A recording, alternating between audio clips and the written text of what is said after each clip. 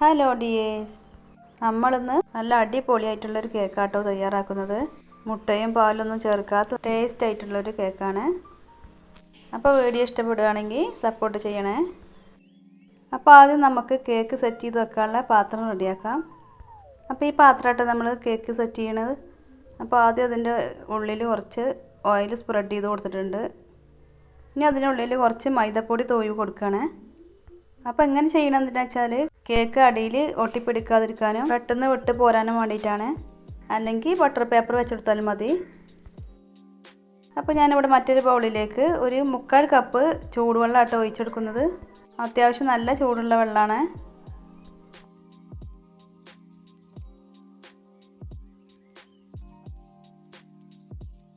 ഇനി ഇതിലോട്ട് ഒരു 5 ടേബിൾ സ്പൂൺ സൺഫ്ലവർ ഓയിലാട്ടോ ഒഴിച്ചെടുക്കുന്നത്.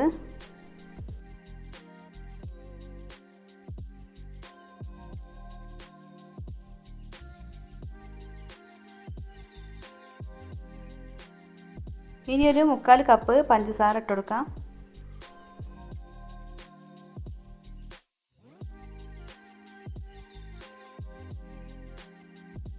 ഇനി ഇത് നന്നായിട്ടൊന്ന് ഇളക്കിയെടുക്കാം.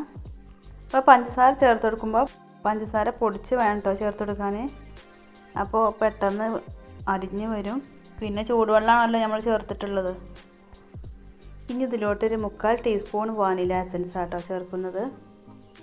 വാനില എസൻസ് ചേർത്ത് കൊടുക്കുമ്പോൾ കേക്ക് നല്ലൊരു ടേസ്റ്റ് കിട്ടും.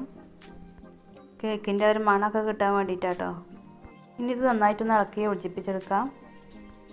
ഇനി ഇതിലോട്ട് 2 ടേബിൾ സ്പൂൺ കൊക്കോ പൗഡറാണ് ചേർത്ത് കൊടുക്കുന്നത്.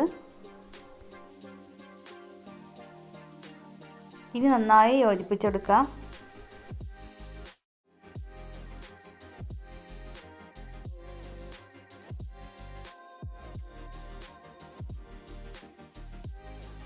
ഒരു അരിപ്പെടുത്ത് വെച്ചിട്ടുണ്ട്. ഇതിലോട്ട് നമുക്കിനി 1 കപ്പ് ഗോതമ്പ് പൊടിയാണ് ഇട്ട് കൊടുക്കുന്നത്.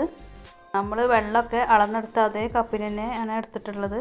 ഇനി ഇതിലോട്ട് 1/2 ടീസ്പൂൺ ബേക്കിംഗ് പൗഡർ ആട്ടോ ഇട്ട് കൊടുക്കുന്നത്. ഇനി 1/2 ടീസ്പൂൺ ബേക്കിംഗ് സോഡയും കൂടെ ഇട്ട് കൊടുക്കാം. ഇത് രണ്ടും ചേർത്ത് കൊടുക്കണം, എന്നാലേ കേക്ക് നല്ല അടിപൊളിയായിട്ട് കിട്ടുള്ളൂ. ഇനി ഒരു പിഞ്ച് ഉപ്പും കൂടെ ഇട്ട് കൊടുക്കാം. ഇനി നമുക്ക് ഇതിലോട്ട് കുറേശ്ശെ ആയിട്ട് ഇങ്ങനെ അരിച്ചെടുക്കാം. ഇതുപോലെ അരിച്ചെടുത്താൽ കട്ടയില്ലാതെ കിട്ടും.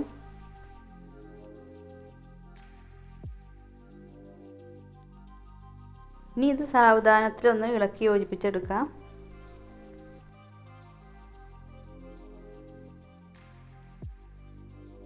അപ്പോൾ ഇത് നമ്മുടെ കേക്കിൻ്റെ ബാറ്ററൊക്കെ നന്നായി മിക്സാക്കി എടുത്തിട്ടുണ്ട്.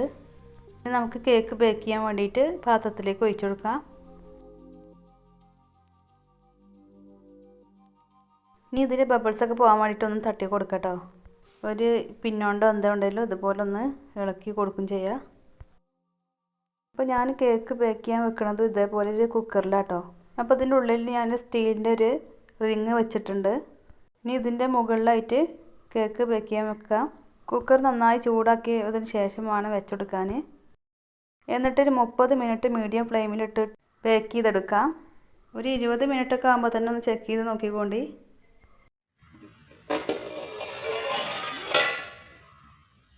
അപ്പോൾ നമ്മുടെ കേക്കൊക്കെ സെറ്റായി വന്നിട്ടുണ്ട്.